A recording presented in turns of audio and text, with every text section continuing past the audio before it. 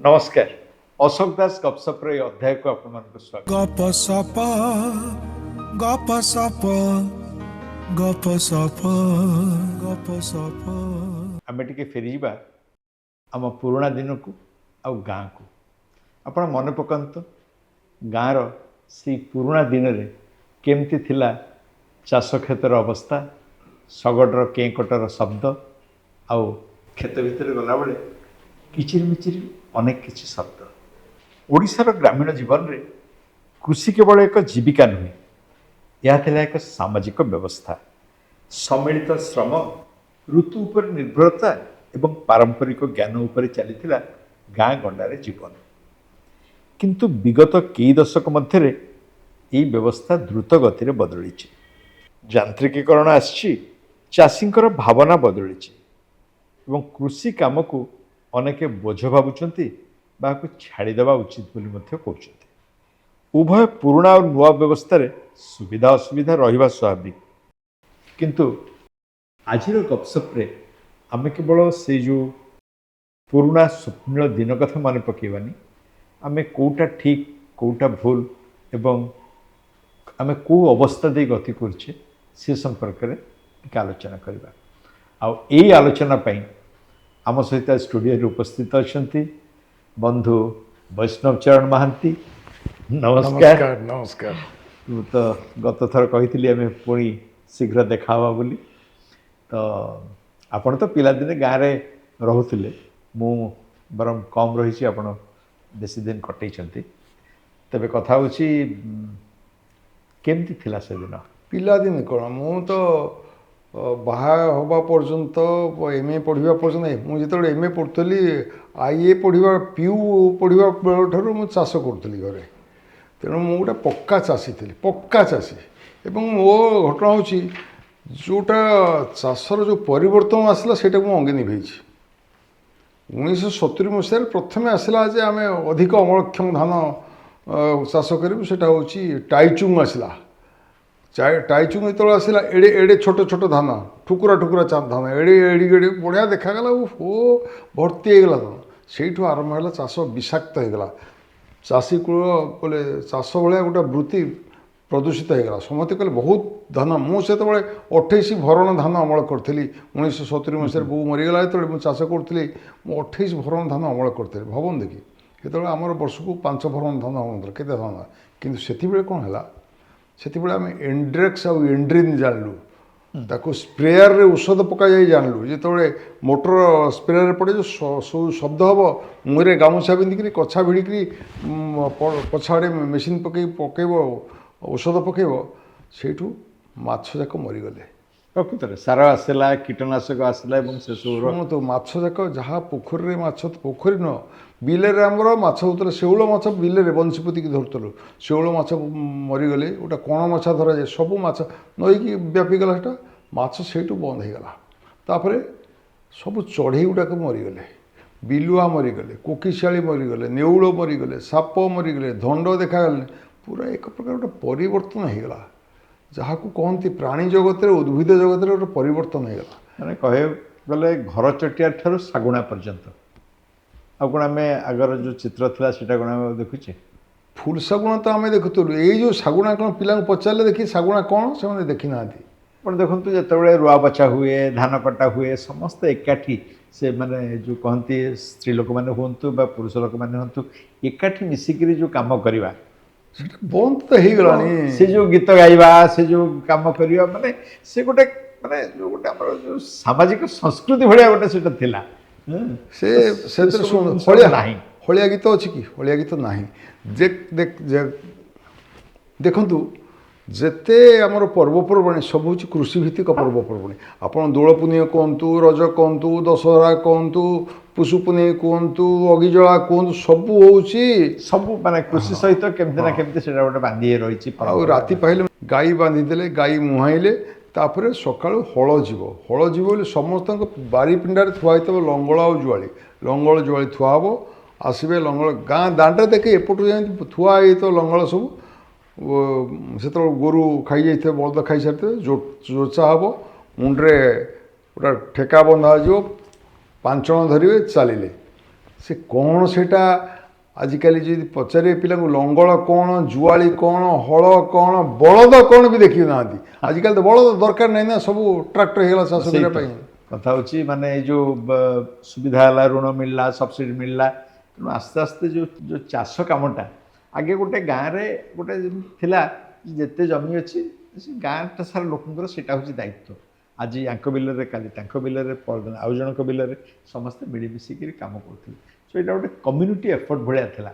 କିନ୍ତୁ ପରେ ଯେତେବେଳେ ଏଇ ଯେଉଁ ମେସିନ୍ ଯୁଗ ଆସିଲା, ପାୱାର ଟିଲର ଆସିଲା, ଟ୍ରାକ୍ଟର ଆସିଲା, ଆପଣଙ୍କର ଆଜିକାଲି କମ୍ବାଇନ୍ଡ ହାର୍ଭେଷ୍ଟରର ପ୍ରଚଳନ ବେଶ୍ ହେଲାଣି।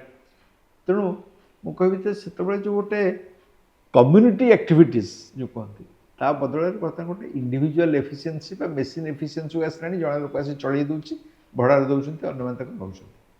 କିନ୍ତୁ ଏହା ଦ୍ୱାରା ଆମର ଯେଉଁ ଗ୍ରାମୀଣ ସଂସ୍କୃତି ସେ ଆଉ ନାହିଁ, ପୁରା ଭାଙ୍ଗିଗଲାଣି। ଦେଖନ୍ତୁ ଆମ ଗାଁରେ ଗୋଟେ ଥିଲା ବନ୍ଧ ଭେଟି କୁହାଯାଏ।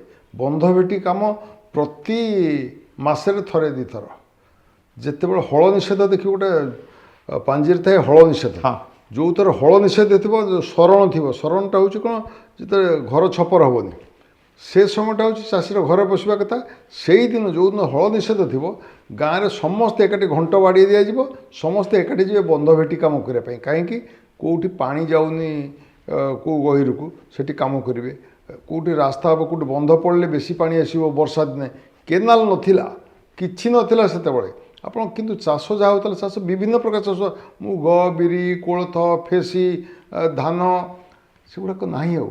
ଆଉ ତାପରେ ତା ସହିତ ବଦଳିଗଲାଣି। ଦେଖନ୍ତୁ ସେତିକି ବଦଳିନି, ଚାଷ ସହିତ ଯାହା ଥିଲା, ଚାଷ ଥିଲା ସେତେବେଳେ ଅମାର ଥିଲା, ମରେଇ ଯେଉଁଟା କୁହାଯାଏ, ଆଉ କାହା ଘରେ ମରେଇ ନାହିଁ। ଥିଲା ଖଣି ପଡ଼ୁଥିଲା ଧାନ, ଗାଁ ଦାଣ୍ଡଟା ଏମିତି ଉଚ୍ଚ ଢିପ ହେଇକି ରହିଥିଲା। ଖଣି ଖୋଳାଯିବ, ତା ଚାରିପଟ ଯାକ ଦିଆଯିବ, ବରିଆ ଦିଆଯିବ ଇଏର ପାଳର, ମଝିରେ ଧାନ ଗଦାଯିବ। ଖଣି ଚାଉଳ ଭାତ ଏତେ ଭେଟେଇବ ବୋଲି କୁହାଯାଏ। ଏ ଭାତ ଅଳ୍ପ ହେଲେ ଖଣି ଚାଉଳ ଭାତ ବେଶୀ ହେବ। ତେଣୁ ଯେଉଁଟା ଖାଇବ ଚାଷୀ ତାକୁ ଖଣିରେ ପକାଉଥିଲା। ସେଇଥିପାଇଁ ମୁଁ କହିବି ମାନେ ଆମର ଏଇ ଯେଉଁ ଯାନ୍ତ୍ରିକରଣ ଆସିଲା, ଆମେ ଏଇ ପ୍ରକ୍ରିୟାରେ ଆମେ କ'ଣ ହରେଇଛେ ଆଉ କ'ଣ ପାଇଛେ? ପାଇଛେ ତ ନିଶ୍ଚୟ କିଛି, କିନ୍ତୁ ଆପଣଙ୍କ ମନକୁ କ'ଣ ଆସୁଛି? ହରେଇଛେ, ଶୁଣ କହୁଛି ପରା, ପାଇଛେ ହରେଇଛେ ଭିତରେ ଆମେ ପାଇଛେ କ'ଣ, ବହୁତ ସମୟ ପାଇଛେ। ସମୟଟା ଆମର ସବୁ ଯାଉଥିଲା ଯେଉଁଥିରେ, ସେଥିରେ ଆମେ ପୁରା ଅଳସୁଆମୀ ପାଇଛେ। ବସିଲୁ, ଖାଇଲୁ, ମୋବାଇଲ ଦେଖିଲୁ, ଆଉ ବାଜ୍ୟ କଥା ଚିନ୍ତାବାର୍ତ୍ତା କଲୁ, ପରିଶ୍ରମ ନାହିଁ। ରୋଗ କିଛି କମେଇଛେ, ଟଙ୍କା ବି କମେଇଛେ, ବହୁତ ଟଙ୍କା। ସେତେବେଳେ ଏତେ ଟଙ୍କା ଆସୁଥିଲା, ବର୍ତ୍ତମାନ ଘରେ କାହାର ଖାଇବାକୁ ନଥିଲା, କିନ୍ତୁ ମନଟା ଥିଲା କି ଯେଉଁ ହସ ଖୁସି ଥିଲା, ଯେଉଁ ନାଚକୁଦ ଥିଲା, ସେଗୁଡ଼ାକୁ ଆଉ ଆଜିକାଲି ନାହିଁ। ଆମ ଗାଁରେ କରାଯାଉଥିଲା ଯେଉଁ ମେଲଣ ହେଉଥିଲା, ସେ ନାହିଁ। ଦୋଳ ମେଲଣ ନାହିଁ, କିଛି ନାହିଁ। ଲୋକ ଯେତେବେଳେ ଚାଷୀ ତାର ସମୟ ପାଇବ, ସେ ସମୟଟାକୁ ମନୋରଞ୍ଜନରେ ବିତାଏ, ହସି ଖେଳି ବିତାଏ, ଖେଳେ, ନାଚେ, କୁଦେ, ସବୁ ସେଗୁଡ଼ାକ ଆଉ ନାଚକୁଦ ନାହିଁ, କୀର୍ତ୍ତନ ନାହିଁ, ଖଜଣି ଭଜନ ନାହିଁ। ସନ୍ଧ୍ୟାବେଳେ ଆସିଲା ସମୟ ପାଉଛି ନା, ଆପଣଙ୍କର ହାତରେ କାଟିଲେ ଯେତିକି ସମୟ ଲାଗୁଥିଲା, ମେସିନରେ କାଟିଲେ କମ୍ ସମୟ ଲାଗୁଛି। ଆଜ୍ଞା ଆଜ୍ଞା। କିନ୍ତୁ ଆଜିକାଲି ଯେମିତିକା ଶ୍ରମ ଦର ବି ବଢ଼ିଗଲାଣି, ତେଣୁ ବର୍ତ୍ତମାନ ଚାଷୀ ଭାବୁଛନ୍ତି ଯେ ନାଇଁ ମେସିନରେ କଲେ କମ୍ ଖର୍ଚ୍ଚ ହେଉଛି। ତେଣୁ ଏ ବାବଦରେ ଧରନ୍ତୁ କିଛି ପାଇଲେ, କିନ୍ତୁ ଅନ୍ୟ ଭାବରେ ଆପଣ ଯେଉଁଟା କହିଲେ ତାଙ୍କର ରୋଗ କମେଇଲେ, ଭଲ କରି ରୋଗ କମେଇছে, ରୋଗ ଡାକି ଆଣୁଛନ୍ତି। କାରଣ ଯେହେତୁ ପରିଶ୍ରମ ହେଉନାହିଁ, ତେଣୁ ଏଇ ଯେଉଁ ଆଗେ ଯେମିତିକା ଚାଷୀମାନେ ବିଲରେ ଖଟିକିରି ତାଙ୍କର ଦେହ ଯେମିତି, ଶରୀର ଯେମିତି ରହୁଥିଲା, ଆଜିକାଲି ଆଉ ଡାକ୍ତରମାନେ କହୁଛନ୍ତି ସେମିତି ଆଉ ନାହିଁ। ଆଜ୍ଞା, ଆପଣ ଏ ସହର ଟୋକା ଗୁଡ଼ାକ ଏବେ ସବୁ କ'ଣ ଜିମ୍ ଯାଉଛୁ, ଜିମ୍ ହାତ। ଭାଇ ସେ ଯେଉଁ ଚଷାର ଯେଉଁ ହାତର ଲଙ୍ଗଳ କଣ୍ଠି ଧର ହାତର ବିଣ୍ଡି ହେଇଥିବ, ଗୋଟାଏ ଚଟକଣା ପକେଇଲେ ତାଙ୍କ ଜିମ୍ ଛାଡ଼ିଯିବ କୁଆଡ଼େ। ତେଣୁ ଏବେ ଆଉ ଲଙ୍ଗଳ କଣ୍ଠି କ'ଣ, ଆଉ ଦା ବି ନାହିଁ ନା, ଦା ଧାନ କାଟିବାକୁ ନାହିଁ। ଦା କ'ଣ ପଚାରିଲେ ପିଲା କହିପାରିବେନି, ପାଞ୍ଚଣ କ'ଣ କହିପାରିବେନି। ଆପଣ ପିଲାବେଳେ ଯାହା ପାଉଥିଲେ, ଆପଣ କ'ଣ ଭାବିଥିଲେ ଯେ ଭବିଷ୍ୟତରେ ଏଇଆ ହେବ? ବର୍ତ୍ତମାନ ଯେଉଁ ପରିସ୍ଥିତି ଅଛି, କଳ୍ପନାର ବାହାରେ, କଳ୍ପନାର ବାହାରେ। ଏବଂ କଳ୍ପନାର ବାହାରେ ମଧ୍ୟ ଆଜିକାଲିକା ପିଲା ମଧ୍ୟ ତାଙ୍କ କଳ୍ପନାରେ ଜାଣିପାରିବେନି ସେତେବେଳେ କ'ଣ ହେଉଛି। ଶୁଣନ୍ତୁ, ସେତେବେଳେ ମନେ କରିବେ ପାଣି କଥା। ଆପଣ କହୁଛନ୍ତି ଧାନ କଟିବା, ଧାନ ହାର୍ଭେଷ୍ଟର ବାହାରିଲାଣି, ଧାନ କେହି, ମୁଁ ନିଜେ ରୋଇଛି ଧାନ। ବିଣ୍ଡ କ'ଣ କହିଲେ ଛୁଆ ବୁଝିପାରିବେନି। ଯେତେବେଳେ ଇଏ କରୁ, ଧାନ ବାଛି ଦେଉ, ଧାନ କିଆରେ ବାଛିବୁ, ଏଇଟା ବାଳୁଙ୍ଗା ବାଛିବୁ, ତା ସାଙ୍ଗେ ଘାସ ବାଛିକିରି ଆଣ୍ଠେଇକିରି ଯିବୁ, ବିଣ୍ଡ ମାରି ଦେଇକି ଯିବୁ, ପଚିଯିବ ଘାସ ଗୁଡ଼ାକ। ସେଗୁଡ଼ାକ ଆଜି ନାହିଁ, କେହି ବାଛିବାର ନାହିଁ, ବେହୁଡ଼ା କରିବାର ନାହିଁ, ସବୁ ମେସିନ୍ କରୁଛି। କଲେ ତ କଲେ, କିଛି ଅସୁବିଧା ନାହିଁ।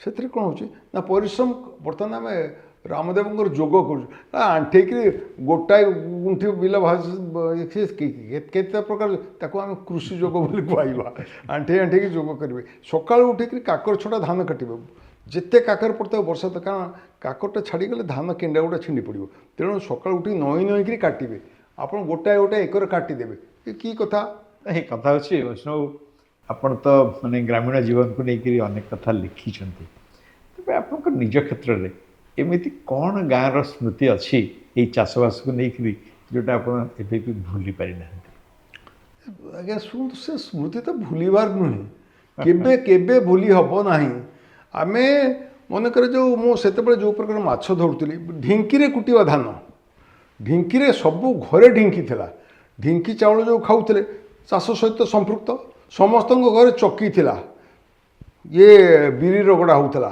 ମୁଗ ରଗଡ଼ା ହେଉଥିଲା ଚୁନା ଚୁରା ହେଉଥିଲା ପିଠା ହେଉଥିଲା ସେଇଟା ସେଇ କୃଷି ସହିତ ସମ୍ପୃକ୍ତ ଆପଣ ଜାଣିଛନ୍ତି ଓଡ଼ିଶାଟା କାହିଁ ହେଲା କହିଲେ ଓଡ଼ିଶାର ନାଁଟା କାହିଁକି ଓଡ଼ଙ୍କର ରାଜ୍ୟ ଏଇଟା ଓଡ଼ଙ୍କର ଭୂମି ଓଡ଼ ଅର୍ଥ ହେଉଛି ଚଷା ଆଉ କେତେଜଣ ଓଡ଼ ଚଷା ବୋଲି କୁହନ୍ତି ଯେଉଁ ପାଇକ କୁହନ୍ତି ସାର୍ ଏଇ ଚାଷୀ ଯେତେବେଳେ ଦରକାର ପଡ଼ିବ ଯୁଦ୍ଧ କରିବା ପାଇଁ ପାଇକ ଚା ଭିଡ଼ିକି ବାହାରିଲେ ଭଗବାନ ଖାଉଥିଲେ ପୁରା ଥିଲା ତାକତ ଥିଲା ଗୋଟାଏ ଲୋକ ଟେକିକିରି ଫୋପାଡ଼ି ଦେବେ କିଜିମ୍ ଦେଖାଉଛନ୍ତି ଏମାନେ ବହୁତ ଲୋକ ଆଉ ସେ ତା ସହିତ ଆହୁରି କିଛି କୃଷି ଉପରେ ନିର୍ଭର କରୁଥିଲେ କିଛି ଆପଣ ବଢ଼େଇଟି ନିର୍ଭର କରୁଥିଲା ଲଙ୍ଗଳ ଗଢ଼ିବ କଣ୍ଟି ଗଢ଼ିବ ଇଏ ସଢ଼େଇ ଗଢ଼ିବ ଡଙ୍କା ଗଢ଼ିବ ଇଏ କରିବା ପାଇଁ ଖଟ ଗଢ଼ିବ ଇଏ ଘର ଘର ଯେଉଁ ଚାଳ ଛପର କରୁଥିଲା ସେ ଚାଳ ଛପର ଘରେ ଯେଉଁ ପ୍ରକାର ଆନନ୍ଦ ଅଛି ବର୍ତ୍ତମାନ ଏସିର ଆନନ୍ଦ ଅଛି ନାହିଁ ଯେମିତିକା ଆଜିକାଲିର ଶିଳ୍ପ ଭିତ୍ତିକ ଅର୍ଥନୀତିରେ ଯେମିତି ଗୋଟେ ବଡ଼ ଶିଳ୍ପ ହେଲା ତାପରେ ଆନ୍ସିଲରୀ ଇଣ୍ଡଷ୍ଟ୍ରି ସବୁ ଗଢ଼ି ଉଠିଲା ସେମିତି ଆମର ସେତେବେଳେ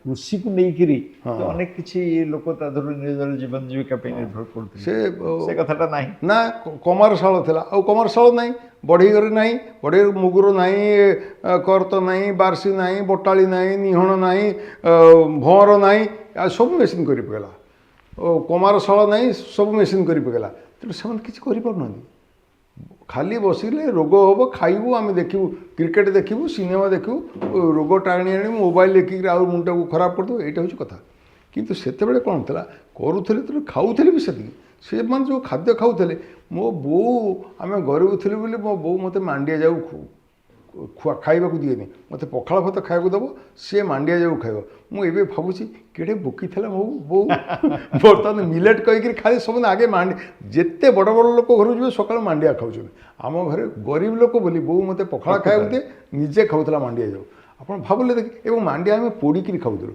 ମାଣ୍ଡିଆ ଯେଉଁ ଗଛଟା ହେବ ଟିକେ ଦରପାକଳି ଆସିବ ମାଣ୍ଡିଆ ପେଣ୍ଡା ଗୁଡ଼ାକୁ ପୋଡ଼ିକିରି ଖାଇବେ ଭାରି ବଢ଼ିଆ ଲାଗେ ସେତେବେଳେ ଥିଲା ଆପଣ ବର୍ତ୍ତମାନ କହୁଛନ୍ତି କ'ଣ ସେଇଟାକୁ ଏଇ ଯେଉଁ କାଜୁ ଆମେ କହୁଛୁ ଆମେ ତାକୁ ଲଙ୍କା ଆମ୍ବ କହୁଥିଲୁ ତୋଳି ଆଣୁଥିଲୁ ଏଥିରେ ଚୁଲିରେ ଗଇଁଠା ପାଉଁଶ ଯେଉଁ ଘଷି ନିଆଁରେ ଥୋଇକିରି ଖାଉଥିଲୁ ତ ବାଡ଼େଇକିରି ସାଙ୍ଗ ହେଇକିରି ସବୁ ଛୁଆ ବସିକିରି ବାଡ଼େଇକିରି ଖାଉ ସିଏ ଯେଉଁ ସ୍ୱାଦ ହେବ ତ ଆକୁ ଆଜିର ଯେଉଁ ଯୁବପିଢ଼ି ପ୍ରକୃତରେ ଆଶ୍ଚର୍ଯ୍ୟ ହେବେ ଶୁଣିଲେ ଆଜି ଆପଣ କହିଲେ କିଏ ନ ଖାଉଛି କେଉଁଠି ଯାହା ଚାଷୀଟି ଅମଳ କରେ ସେ ପିନ୍ଧୁଛନ୍ତି କ'ଣ ଯାହା ଚାଷୀଟି ଅମଳ କରେ ଯାହା ଚାଷୀ କରେ ଆପଣ ତାହା ହିଁ ଖାଉଛନ୍ତି ତେଣୁ ସବୁଠାରୁ ଅନ୍ନଦାତା କୁହାଯାଏ ହଁ ଅନ୍ନଦାତା କିନ୍ତୁ ତାକୁ କେହି ଖାତିର କରନ୍ତି ନାହିଁ ମଳି ମୁଣ୍ଡିଆଟା ସେ ପୁରା ମୁଣ୍ଡରେ ଠେକାଟା ବାନ୍ଧିଛି ଛିଣ୍ଡା ଲୁଗାଟା ପିନ୍ଧିଛି ଗୋଟେ ପାଇକଷା ଭିଡ଼ୁଛି ତାକୁ କେହି ପଚାରନ୍ତିନି ଗାଁର ପିଲା ବି ଚାହୁଁଛନ୍ତି ଆମେ ଟିକେ ଅଧିକ ରୋଜଗାର କରୁ କାରଣ ସେ ପାଖରେ ସହର ଚାକଚକଟାକୁ ଦେଖୁଛନ୍ତି ଆମେ ସେଟାକୁ ଏଡ଼େଇ ଦେଇପାରିବାନି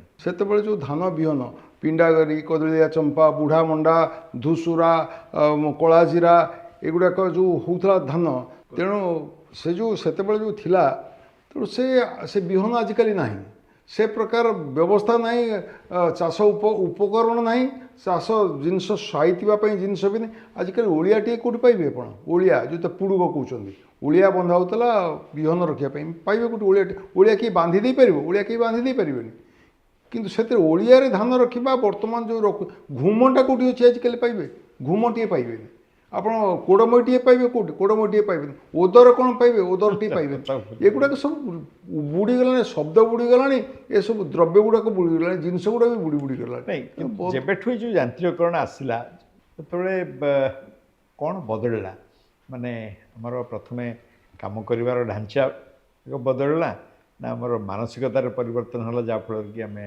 सबकिछि ओलट ନାଇଁ ଆମେ ପୁରା ପାଇଲୁ ବର୍ତ୍ତମାନ ସମସ୍ତେ ଚାହୁଁଛନ୍ତି ସବୁ କଥା ସହଜରେ ହେଇଯାଉ ଏବଂ ସହଜରେ ହେଇଯିବାଟା ଭାରି ଭଲ ମନେ କରୁଛନ୍ତି ସହଜରେ ଆପଣ ମନେ କରିଯାଉ ଗୋଟାଏ ଲୋକ 5 ଗୋଡ଼ ଚାଷ କରୁଥିଲା ବସିକିରି ଦିନକୁ 2 ଅଚା କ'ଣ କଲେ ବି ଜାଣିପାରିବେ 2 ଅଚା ଚାଷ କରି ହେଉନଥିଲା ବର୍ତ୍ତମାନ ଆପଣ ଟ୍ରାକ୍ଟରଟା ନେଲେ ପାୱାର ଟିଲରଟା ନେଲେ ବୁଲିକିରି କରିଦେଲେ ଚାଷ ହେଇଗଲା ହାରଭେଷ୍ଟର ନେଲେ ପୁରା ଚାଷ କରି ପକାଇଲେ ସେତେବେଳେ ଥିଲା ଛଣ ମିଳୁନି କୁଟା ଥିଲା ପାଳ ମିଳୁନି ହଳା ଯେଉଁ ଥିଲା ଧାନ ଗଦା ହେଉଥିଲା ଧାନ ଗଦା ହେଉନି ସେଇ ବିଲରେ ସେଇଠି ଅମଳ କରୁଛନ୍ତି ସେଇଠି ଧାନ ବିକ୍ରି କରିଦେଲେ କଥା ହେଉଛି କ'ଣ କି ସମୟକୁ ଚାହିଁକିରି ଅନେକ କିଛି ବଦଳିଗଲାଣି ଯେହେତୁ ଗାଁ ଗଣ୍ଡାରେ ଆଉ ଆଗ ଭଳି ଚାଳ ଘର ନାହିଁ ତେଣୁକରି କିଛି ଲୋକ ଭାବୁଛନ୍ତି ଯେ ଆଉ ଛପର ପାଇଁ ଛଣ ଦରକାର ନାହିଁ ତାପରେ ଯେଉଁ ହାରଭେଷ୍ଟରରେ ଆପଣଙ୍କର ଅମଳ କରୁଛନ୍ତି ସେଥିରେ ଆଉ ଛଣ ମିଳୁନାହିଁ କିନ୍ତୁ ମୁଁ ଗୋଟେ ଛୋଟିଆ ଉଦାହରଣ କହୁଛି ଆପଣଙ୍କର ଯେ ସେଇ ଛଣରୁ ଯେଉଁ ନଡ଼ାରୁ ଯେଉଁ ଛତୁ ହୁଏ ପାଳ ଛତୁ ଭାରି ସୁଆଦିଆ ବହୁତ ବଢ଼ିଆ ଏବଂ ତା'ର ଡିମାଣ୍ଡ ମଧ୍ୟ ଭଲ କିନ୍ତୁ ଏବେ ସେ ଆଉ ଛଣ ନ ମିଳିବାରୁ ସେ ନଡ଼ା ଛତୁ ଆଉ ହେଇପାରୁନି ଯେହେତୁ ଟ୍ରାକ୍ଟର ଆସିଲା ବଳଦ କେହି ବାନ୍ଧିଲେନି ଆଉ ବଳଦଙ୍କର ଦରକାର ଆଗେ ବଳଦର ଦାମ ବେଶୀ ଥିଲା ଗାଈ ଠାରୁ କାରଣ ବଳଦ ଏଡ଼େ ଉଚ୍ଚା ବଳଦ ରଖୁଥିଲେ ଆଜିକାଲି ପା ଯେତିକି ଗାଈ ଅଛନ୍ତି ଆପଣଙ୍କର ଆର୍ଟିଫିସିଆଲ ଇନସେମିନେସନ କରୁଛନ୍ତି ଯେତେବେଳେ ମାଇ ବାଛୁରୀ ଯେମିତି ବେଶୀ ଯତ୍ନ ମାନେ ଜନ୍ମ ହେବେ ସେଥିପାଇଁ ଯତ୍ନ ନିଆଯାଉଛି କାରଣ ତାଦ୍ୱାରା ଅଧିକ ସେମାନେ ରୋଜଗାର ପାଇବେ କେତେ ଲାଭଖୋର ହେଇଗଲାଣି କହିଲେ କୃତ୍ରିମ ଚାଷ କହୁଛୁ ସେ କୃତ୍ରିମତା ଯେତେବେଳେ ପଶିଗଲା ଆମ ପ୍ରାକୃତିକତା ନଷ୍ଟ ହେଇଗଲା ଆଉ ଗୋଟେ କଥା ହେଉଛି ଏ ଯେଉଁ ଯାନ୍ତ୍ରିକରଣଟା ଧରନ୍ତୁ ବଡ଼ ଚାଷୀଙ୍କୁ ସୁହାଇବ କିନ୍ତୁ ଯେଉଁମାନେ ଭୂମିହୀନ କୃଷି ଶ୍ରମିକ ଆଉ ଯେଉଁମାନେ ଛୋଟ ଛୋଟ ଲ୍ୟାଣ୍ଡ ହୋଲ୍ଡିଂ ଯେଉଁମାନଙ୍କର ଅଛି ସେମାନେ ତ ଆଉ ଏତେ ଯନ୍ତ୍ରପାତିର ପ୍ରୟୋଗ କରିପାରିବେନି ତାଙ୍କ ପାଇଁ ସୁବିଧା ହେଉଥିଲା ସେଇ ହଳ ଲଙ୍ଗଳ ଘରେ ଗାଈଟିଏ ରଖିଲେ ହଳ କଲେ ଏବଂ କିଛି ଅମଳ କଲେ ସେମାନେ ବି ବର୍ତ୍ତମାନ ଦାଦନ ହେବା ପାଇଁ ବାଧ୍ୟ ହେଉଛନ୍ତି ତେଣୁ ଦାଦନଟା କେହି ଯେଉଁ ମାନେ ୱେଦର ବାଇ କମ୍ପଲସନ୍ ବାଇ ସିଚୁଏସନ୍ ସେଇଟା ବି ଗୋଟେ ନାଇଁ ଦାଦନ ପାଇଁ ଯିବାର କାରଣ ହେଉଛି ଆଉ ଚାଷ ସହିତ ସେମାନେ ସମ୍ପୃକ୍ତ ହେଉନାହାନ୍ତି ଚାଷ ତ ମେସିନ୍ କଲା ସେ କରିବେ ଘରେ ବସିକି କ'ଣ କରିବେ କୁଆଡ଼େ ତ ପଇସା ରୋଜଗାର କରିବେ ଆଗେ ଗାଁରୁ କେହି କୁଆଡ଼େ ଯାଉନଥିଲେ ବର୍ତ୍ତମାନ ଗାଁରେ ଦେଖିବେ କିଏ ଗୋଟେ କୁଆଡ଼େ ଛୋଟ ମୋଟ ଚାକିରି କରି କିଏ କୁଆଡ଼େ ଗଲେ ଗାଁ ଗୁଡ଼ା ସବୁ ଖାଲି ହେଇଗଲାଣି ଚାଷ ହେବ କ'ଣ ଗାଁରେ ବଳଦ ନାହିଁ ହଳ ନାହିଁ କିଛି ନାହିଁ ସେ କ'ଣ କରିବେ ବିଲ ଗୁଡ଼ାକ ବି ଦେଖିବେ ନା ଘର ହେଇଗଲାଣି ବାଡ଼ିରେ ବାଇଗଣ ହେଉଥିଲା ଭେଣ୍ଡି ହେଉଥିଲା ଜହ୍ନି ହେଉଥିଲା କଖାରୁ ହେଉଥିଲା କାକୁଡ଼ି ହେଉଥିଲା ବର୍ଷ ସାରା କଖାରୁ ରଖାଯାଉଥିଲା ସେଗୁଡ଼ାକ ନାହିଁ ସେ ଯେଉଁ କାକୁଡ଼ି ଖାଇବାରେ ଯେଉଁ ସୁଆଦ ଥିଲା ବାଡ଼ିଆଡ଼ୁ ଛିଣ୍ଡି ଆଣିବେ ଲଙ୍କା ତୋଳି ଆଣିବେ ଛିଣ୍ଡି ଆଣିବେ ଖାଇବେ ବାଡ଼ିଆଡ଼ୁ ଶାଗ ତୋଳି ଆଣିବେ ଖାଇବେ ସେ କଥା ଅଛି ଆଉ ସେ ଯେଉଁ ଚୁନା ପକା ଶାଗଟା ହୁଏ ସବୁ ପ୍ରକାର ଶାଗ ମିଶାମିଶି ଶାଗ ଅଛି ସେଟା ସେ ନାହିଁ ସେ ସ୍ୱାଦ ଏମାନେ ପାଇପାରିବେନି ମୁଁ ଯାଇଥିଲି ଏବେ ଗାଁକୁ ମୁଁ କହିଲି ଆଜି ଗୋଟେ ଚୁନା ପକା ଶାଗ ଖାଇବେ କନିସିରି ଶାଗଟା ପାଇଲିନି କନିସିରି ଶାଗ ବାଡ଼ିଆରେ ରୁହେ ଚଢ଼େଇ ଗୁରୁଡ଼ି ଶାଗଟା ପାଇଲିନି ସେ ଚଢ଼େଇ ଗୁରୁଡ଼ି ଶାଗ କହିଲା ବେଳକୁ କହୁଛନ୍ତି କ'ଣ ସେଇଟା କ'ଣ ଦେଖନ୍ତୁ ଆଉ ସେ ପ୍ରକାର ଗୋଟେ ଗଛ ବୁଡ଼ିଗଲାଣି ଶାଗ ବୁଡ଼ିଗଲାଣି ଗାଁରେ ବଢ଼ି ଆସିଥିବା ବୈଷ୍ଣବ ମହାନ୍ତିଙ୍କର ମନରେ କ'ଣ ଅଛି ମାନେ ଆମର ଯେଉଁ ପାରମ୍ପରିକ ବ୍ୟବସ୍ଥା ଆଉ ବର୍ତ୍ତମାନର ଯେଉଁ ଆଧୁନିକ ଜ୍ଞାନ କୌଶଳ ଏ ଦୁଇଟା ଏକ କେମିତିକା ତା ଭିତରେ ଗୋଟେ ସମନ୍ୱୟ ଦରକାର ଗୋଟେ ସମନ୍ୱୟ ଦରକାର ସମନ୍ୱୟ ଯଦି ନ ହେବ ହେଇପାରିବ ନାହିଁ ଆମେ ଯେଉଁ ଖାଲି ମାତି ଯାଉଛୁ ଆମେ ଉନ୍ନତି କରିଗଲୁ ଆମେ କୃତ୍ରିମ ପ୍ରଜନନ କରିକି ବଡ଼ ବଡ଼ ଛେଳି କରିଦେଲୁ ବଡ଼ ବଡ଼ ମାଛ କରିଦେଲୁ ବଡ଼ ବଡ଼ ଗାଈ କରିଦେଲୁ ଖାଇସାରି ପୁଣି ପସ୍ତଉଛୁ ସେ ବଡ଼ ବଡ଼ ସେଇଥିପାଇଁ ବଡ଼ ବଡ଼ ହେଇଯାଇଛି ମେଡ଼ିକାଲ କଲେଜ ହେଲାଣି ବଡ଼ ବଡ଼ ରୋଗ ହେଇଗଲାଣି ଆମେ ଯଦି କହିବା ଏବଂ ଅନ୍ୟମାନେ ମଧ୍ୟ ସ୍ୱାଭାବିକ ଭାବେ ଯୁକ୍ତି କରିବେ ଯେ ସବୁଦିନ କ'ଣ ଆମେ ସେମିତି ସେ ଅବସ୍ଥା ରହିଥିବା ତ ଆମେ ତ ପୁଣି ଦେଶ ପ୍ରଗତି କରୁଛେ ଆମେ ଆଗକୁ ଯିବା ଆଗକୁ ରୋଜଗାର କରିବା ସମସ୍ତେ ଯେଉଁମାନେ ଗାଁ ଲୋକଙ୍କର ତ ସେଇ ପ୍ରଗତିରେ ବି ଗୋଟେ ଭାଗ ରହିବା ଉଚିତ ତେଣୁ ସେ ଅବସ୍ଥାରେ କ'ଣ ନାଇଁ ପ୍ରଗତିର ଅର୍ଥ ଦୁର୍ଗତି ନ ହେଉ ଗତି ହେଉ ପ୍ରଗତି ହେଉ କିନ୍ତୁ ଦୁର୍ଗତି ନ ହେଉ ଆମେ ଖାଲି ଉପରକୁ ଉଠିବୁ ବୋଲି ଯାଇକରି ଆମେ ପୁରା ତଳ ଆଡ଼କୁ ଯାଉଛୁ ଚାଷ କାମ ସହଜ ହେଇଛି କିନ୍ତୁ ଆମେ ଯେଉଁ ଢଙ୍ଗରେ ଚାଷ କରୁଛେ ଅମଳ ହୁଏତ ଅଧିକା ପାଉଛେ ସମୟ ହୁଏତ କମ୍ ଲାଗୁଛି କିନ୍ତୁ ତା'ର ଅନେକ କୁପରିଣାମ ମଧ୍ୟ ରହୁଛି ସେଇଟା ହେଉଛି କଥା ତେଣୁ କେଉଁଟା ଭଲ କେଉଁଟା ଭଲ ପଲିସି ମେକର୍ସ ଯେଉଁମାନେ ସେମାନେ ମଧ୍ୟ ଟିକେ ଏ ଦିଗରେ ଯତ୍ନଶୀଳ ହେବେ ତେଣୁ ଏଇ ଯେଉଁ ମାନେ ଜୈବିକ ଚାଷ ପ୍ରାକୃତିକ ଚାଷ ଏଇଟା କେବଳ କିଛି ଅଞ୍ଚଳରେ ଗୋଟେ ସ୍ଲୋଗାନ ହେଇ ନ ରହୁ ବରଂ ଗୋଟେ ପ୍ରକୃତରେ ଏ ଦିଗରେ ଠୋସ୍ ପଦକ୍ଷେପ ନିଆଯାଉ ଆପଣ ଯେଉଁମାନେ କହୁଛନ୍ତି ସେମାନେ ନିଜେ କେବେ ବିଲରେ ମାଡ଼ିଲେଣି ବିଲରେ ଜିଆଗଳା ମାଟି ଉପରେ ତାଙ୍କ ଗୋଡ଼ ପଡ଼ିଲାଣି ସେମାନେ ଏଇଠି ବସିକରି ଯାହା କରୁଛନ୍ତି ଗୋଟେ ଗାଁର ଗୌଡ଼ଟିଏ ଯିଏ ଗାଈ ରଖିଛି ପିଠିରେ ହାତ ମାରିଦେଇ କହିଦେବ ଏଇଟା ହେଉଛି ମୋ ଗାଈର ଏଇ ରୋଗ ହେଉଛି ବର୍ତ୍ତମାନ ଭେଟନାରୀ ଡାକ୍ତର ଯାଇକି ତ ଦୁନିଆ ପରୀକ୍ଷା କରି ସାରିବା ପରେ କହିବେ ସେଟା ବିଲଟା ଦେଖି ଦେଖି ଚାଷୀ କହିଦେବ ମୋର ଏଇଟା ହେଇଛି ମୋର ଏଇ ଅସୁବିଧା ହେଇଛି। ଆମ ଗାଁରେ ସବୁଠାରୁ ବଡ଼ ଚାଷୀ ଥିଲେ ଉଦୟ ପ୍ରଧାନ। ରାତି ପାଇଲେ ବୁଢ଼ା ଚାଲିପାରିବନି ବିଲକୁ ଯାଇଥିବ।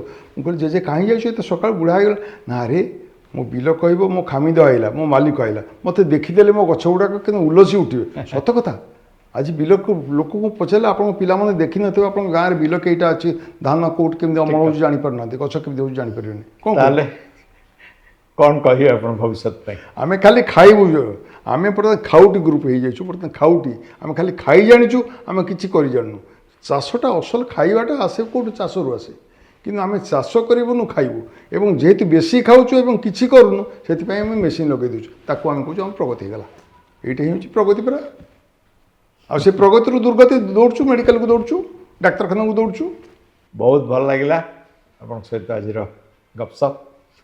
ଇଏ ଥିଲେ ବୈଷ୍ଣବ ଚରଣ ମହାନ୍ତି ଆମର ରାଜ୍ୟର ଜଣେ ବିଶିଷ୍ଟ ଲେଖକ ଏବଂ ଅନେକ କଥା ସେ ବେଶ ଖୋଲାଖୋଲି ଭାବେ ମତ ଦିଅନ୍ତି। ଆପଣଙ୍କୁ ଏପିସୋଡ଼ ଯଦି ଭଲ ଲାଗିଥିବ ତାହେଲେ ଲାଇକ୍ ସେୟାର ଓ ସବସ୍କ୍ରାଇବ୍ କରିବା ପାଇଁ ଆଦୌ କୁଣ୍ଠାବୋଧ କରିବେନି।